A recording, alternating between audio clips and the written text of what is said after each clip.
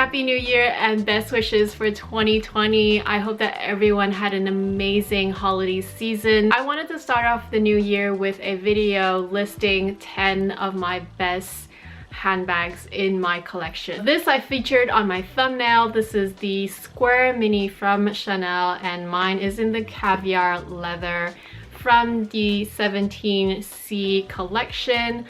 I love the Square Mini because I love that it has a shorter chain. Obviously, some of you will prefer the rectangle mini for the longer chain. For someone petite like me, I'm only 5'4" inches tall and on the slim side. I feel like this is the perfect drop for crossbody wear as well as even shoulder wear. I love traveling with my Square Mini because it's very sturdy, as in the leather is very sturdy, the bag itself is very structured, and in terms of a mini bag, this still fits a lot. So I can fit my full-size iPhone in there. And it is also a great size if you want to start off your Chanel collection and you're not sure whether you should invest in the more expensive classic flap. Starting off with a mini, I think it's still a really great investment. Minis do keep their value very well. In fact, I feel like they keep their value even better than classic because the classic flaps are so expensive to begin with. I feel like you need to own them for a long time as well as keep them in pristine condition in order to I guess recuperate your money if you ever were to resell it. Whereas a mini, everyone wants a mini now. Another bag that I featured on my thumbnail is a rather new one. This is the Chanel 19 bag. I have mine in the shiny lambskin in the small size in black leather. Of course, I also understand that this bag being so new, as well as I guess because most people cling to the idea of classics being a better investment, more timeless and whatnot, and the fact that these are priced pretty high, I agree with that. Trust me, I do think that they are on the expensive side.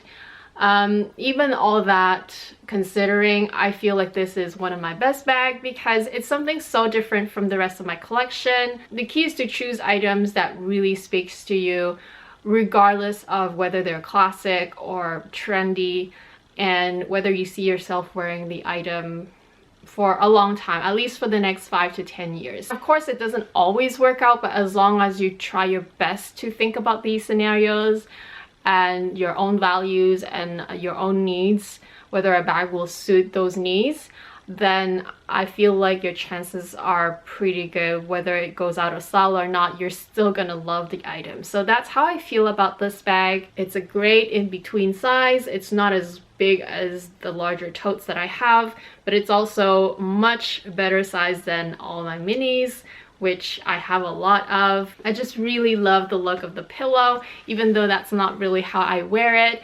I mean, I would take a photograph with it doing that, but in essence, I just really love wearing it, holding it by the top chain. For all those reasons and the fact that I went with this size and this color combo and material, I feel like this is one of the best bags that I own because it's something so different and I do love using it. Let me switch things up and go for something extremely different, and I feel like the tote bag. So in my case, I have the Neverfull MM. I feel like this tote is one of my best bag in my collection because, again, this is something that is very different from everything else that I own. I have 2 Neverfulls actually, and for me, totes are essential in anyone's collection. Whether you go for the Neverfull or a different style, nowadays there's also the on-the-go. There will always be a scenario where you need a bigger bag to throw things in, whether you're shopping or I don't know, running errands and not having to think about too much how you organize a bag. A tote is great to just throw things in. Louis Vuitton is also coming up with a brand new size for the on-the-go, which they're going to be naming it the MM size. So the current size will become the GM size. Now I want to draw your attention to my next top bag in my collection. Obviously, these are not in order of preference. It's just my top 10. The bucket bag is definitely one of my top purchases. In fact, this made it into my top purchases of the year of 2019. So this video is slightly different in a way that I'm choosing 10 bags from my collection regardless of when I bought them. that I feel like are my best bags. So this made it to my top buys of last year, so I'll link that up here if you want to watch it. I love the fact that it has this reinforced sort of detail here. It's in caviar leather. I love this beautiful drawstring chain. It's just very nice looking and just very luxe to I guess fasten as well, even though I don't really move it very often. I love that this one has two different straps, so you have your longer strap and the shorter strap is amazing to carry by hand or even the crook of your arm. It's just the perfect in-between size. I love my Gabrielle, which I'm going to talk about it in a second. But in terms of an everyday bag, something that you can really reach for on a daily basis, that you don't have to think too much about downsizing because it's still a great size, this one is definitely a good one. It comes in a larger size as well. Mine is in a small size, but like I said, this is a seasonal bag, so it's not that easy to get a hold of one anymore. But Chanel always does a new bucket bag every season. The Gabrielle is a very loved and hated bag. I feel like it's very polarizing and the resale value on them is not as great. All those things don't really matter to me that much, especially if you're like me and you love your Gabrielle bags. It doesn't really matter because you're gonna just have so much joy wearing them. It doesn't really matter whether they retain their value or whether they're like considered timeless or not. As long as you love it and it's okay. For me, you guys already know how I feel about it. I own two of these. Sometimes you just want something different, you want something new, and you want something fresh. And the Gabrielle, it's just an all-around really good in all areas. In terms of comfort, it's amazing. This chain and strap combination, even though there's several chains, is very comfortable on the shoulder. The size of this is a bit more generous than a mini flap, so I feel like I get very good use out of it because I tend to like to reach for this bag for the style, but I also feel like I don't have to downsize terribly. In fact, this season, the 2020 spring summer season collection, Chanel is going to come up with a new medium size. So this is the smallest size, which is called the small currently. And then there was the medium and the large and the maxi, I think. But I feel like they have discontinued the maxi a while ago. The large size, I don't even see it on the website anymore. So the medium size before, which I will call the old medium, is now the large. And now there's going to be a new medium size in between this size and the next size up, basically, which was the old medium. People who feel like the small is too small, because it really is just a mini bag in my opinion, just a little bit bigger and taller, then the new medium size is going to be amazing, and I feel like it will satisfy a lot of people's needs who felt like the medium is too large but the small is too small. The next one that I'm gonna feature also made it into my best buys of last year, and it is the Valentino spike bag. This is the crossbody spike bag, and it comes with a detachable strap. Mine is in the calf skin, and it's just the smooth calf skin. I know that they've recently done the pebbled one, which I don't like the look of as much, because I feel like even though this is a smooth calf skin, it's still a little grain. It's a very fine grain and it's very durable. Like, I don't think you'll ever have any problems with scratches. Obviously, color transfer can always happen on a light color item, but as long as you're careful, then I really don't feel like you're gonna have any problems with this leather. So do take note of that. Mine is in this color called poudre, which is powder in French, and it's really just a nude with pink undertone color. It's amazing because of the size. This is a super mini bag, but it still fits a full-size iPhone. I have the iPhone XS Max with a thin case. And the reason is because if you look at the leather, it's still soft, so you have a little bit more give and space to play with in terms of your items fitting inside. This being a super mini, compared to all the super minis available out there, is the best in my opinion. It doesn't break the bank. I think it's about $1,000 retail, but you can definitely find it on sale sometimes. I've also traveled with this bag, no problems. I feel like the construction is simple, but like all the glazing is still intact. The leather is beautiful. The studs have stayed in place. still very shiny. Everything is just amazing with this bag, so I cannot recommend it enough. And even though it is a small bag, it really is comparable to my Square Mini. I have a video where I showed all my mini bags and compared them, and you know, did modeling shots with all of them, comparing them side by side, so you can watch that.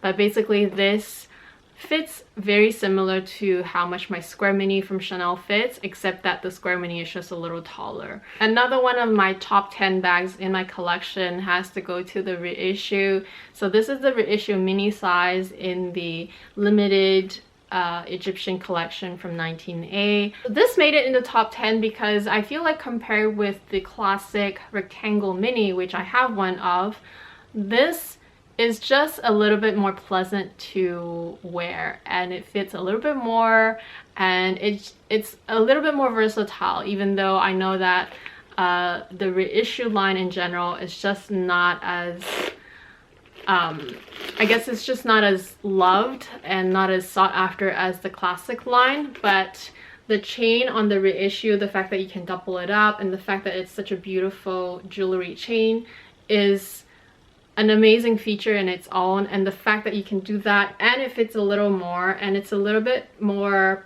flexible with your items, especially if you get it in the distressed calfskin, which is the classic line. This is obviously a limited edition.